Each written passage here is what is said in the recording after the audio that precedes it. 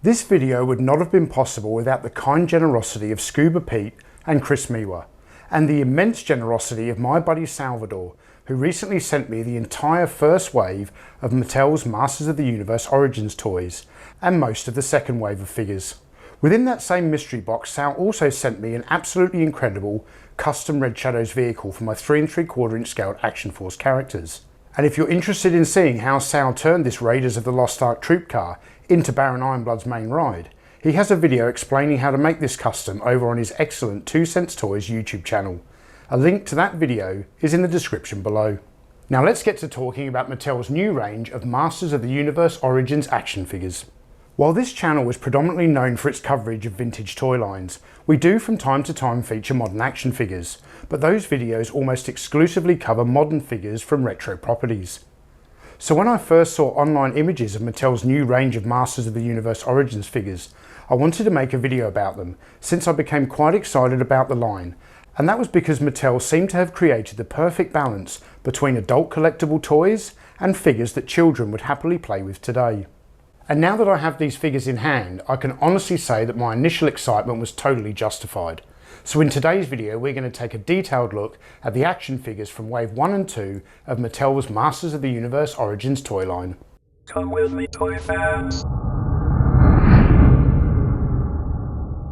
Hey toy fans, my name is Tony and welcome back to the Analog Toys YouTube channel, where we're obsessed with bringing you the true history of vintage toys and action figures.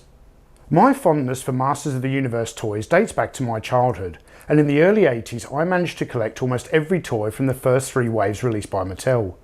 But as much as I enjoyed playing with the figures, I cannot deny their limitations. When Mattel designed the original figures, they favoured action feature gimmicks over articulation, resulting in figures that were limited in posability and very difficult to stand on their own. We were offered figures with spring-loaded waists, extending necks, spring-loaded claws, and flying fist tornadoes. But this was all at the expense of articulation, and from my own childhood experience of playing with these toys, I can tell you that the fun of the action feature gimmicks wore off pretty quickly, and I would have given anything to have a He-Man figure with added articulation. Unfortunately, this trend of action feature gimmicks continued throughout the 1980s, infesting other such toy lines as Kenner's Ghostbusters and Silverhawks and LJN's Thundercats line. And take the Kenner Superpowers range for example. These are some of the most gorgeous action figures ever made, but the inclusion of the engineered play features really hinders their posability. If Kenner had done away with the action feature gimmicks on the Superpowers line, and given the figures the same level of articulation as Hasbro's G.I. Joe, today we would be calling that toy line the greatest action figure line of the 80s, but I digress. With Mattel's new Origins line, the company has offered collectors the type of Masters of the Universe action figures that I've been wanting for almost 40 years. The action feature gimmicks are gone, and this has made way for added articulation. Where the original figures only had articulation at the hips, shoulders and neck, these new Origins figures feature articulation at the ankles, calves, knees, hips, waist, shoulders, elbows and wrists. And now that the heads are on a ball joint, He-Man can look up and down as well as left and right. This allows collectors to display these figures in very dynamic poses, as opposed to the originals, who all look like they're squatting down to take a... Unlike most other action figure lines that rarely release vehicles these days, Mattel's Masters of the Universe Origins line is surprisingly comprehensive. In Wave 1 we have been offered 6 action figures, including He-Man, Teela, Man-at-Arms, Skeletor, Evelyn and Beastman, along with a Battle Cat creature and the Sky Sled vehicle complete with Prince Adam. The individual action figures have been packaged on card backs that are very reminiscent of the originals, but also includes brand new, gorgeous looking glossy artwork on the back of the cards. And every figure comes with a mini comic. But unlike the original line where the figures came with unique comics, every figure in Wave 1 of the Origins line came with the same comic, entitled Beast Barrage. Each of these figures comes packed with updated versions of their original accessories. So He-Man has his sword, shield, chest armour and battle axe, and Beastman has his traditional whip and shoulder armour.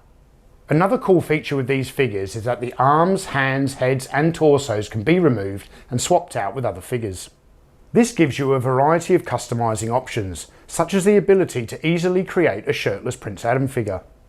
While most of the figures in the line have face sculpts that look very similar to their vintage counterparts, Mattel made the very strange decision to radically alter the faces of He-Man and Skeletor. And when I first saw images of these online, I was not impressed. And now that I have them in hand, Skeletor's soy face expression may be good for YouTube thumbnails, but it still bothers me.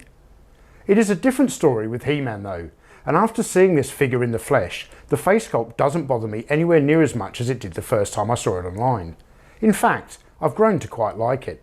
Another figure to include a significant visual alteration is Man-at-Arms. Where the original figure was clean shaven, when Filmation were creating the He-Man and the Masters of the Universe cartoon, they gave the character a moustache to make him look older and wiser than He-Man. So in order to correct this, Mattel have issued the new Origins version of Man-at-Arms with a moustache, although he now looks less like Duncan and more like Burt Reynolds. Now let's take a look at He-Man's trusty steed, Battle Cat. And while this toy is a major improvement over the original, it isn't perfect. The vintage Battle Cat toy was a solid hunk of plastic with zero articulation.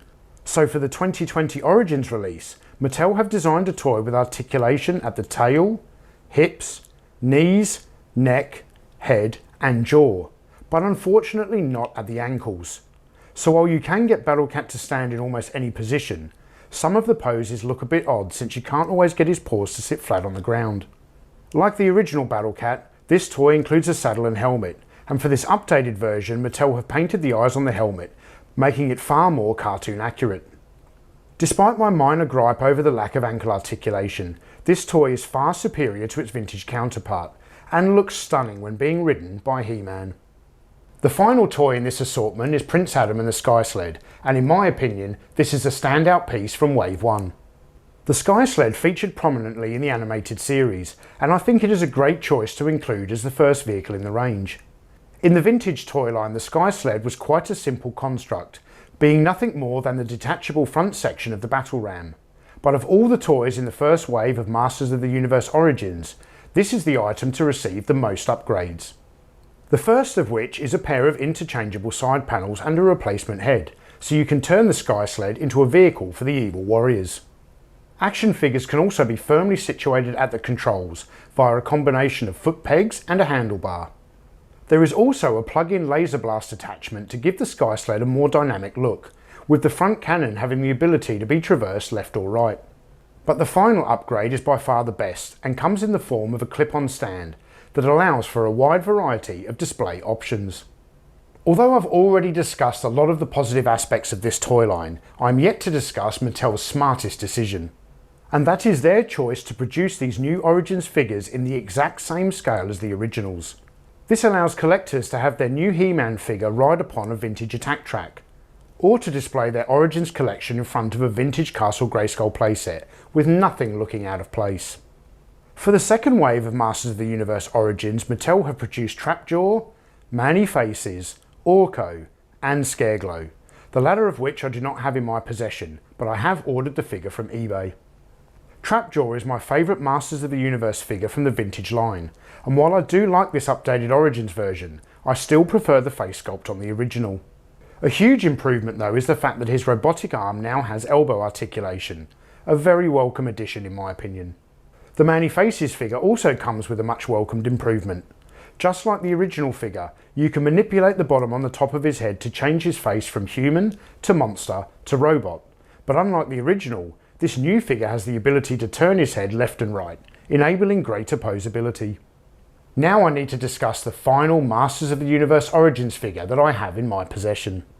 While Trapjaw is easily my favourite figure from the vintage line, the original Orko is one of my least favourite, so it's full credit to the designers working at Mattel today that I really like the new Origins version of this character. In fact, I'm even going to go out on a limb here and say that Orko is the best figure in this modern line that I have acquired so far. With his colourful display stand that creates the illusion that Orko is levitating, there is something simple yet visually arresting about this action figure, and I just love it.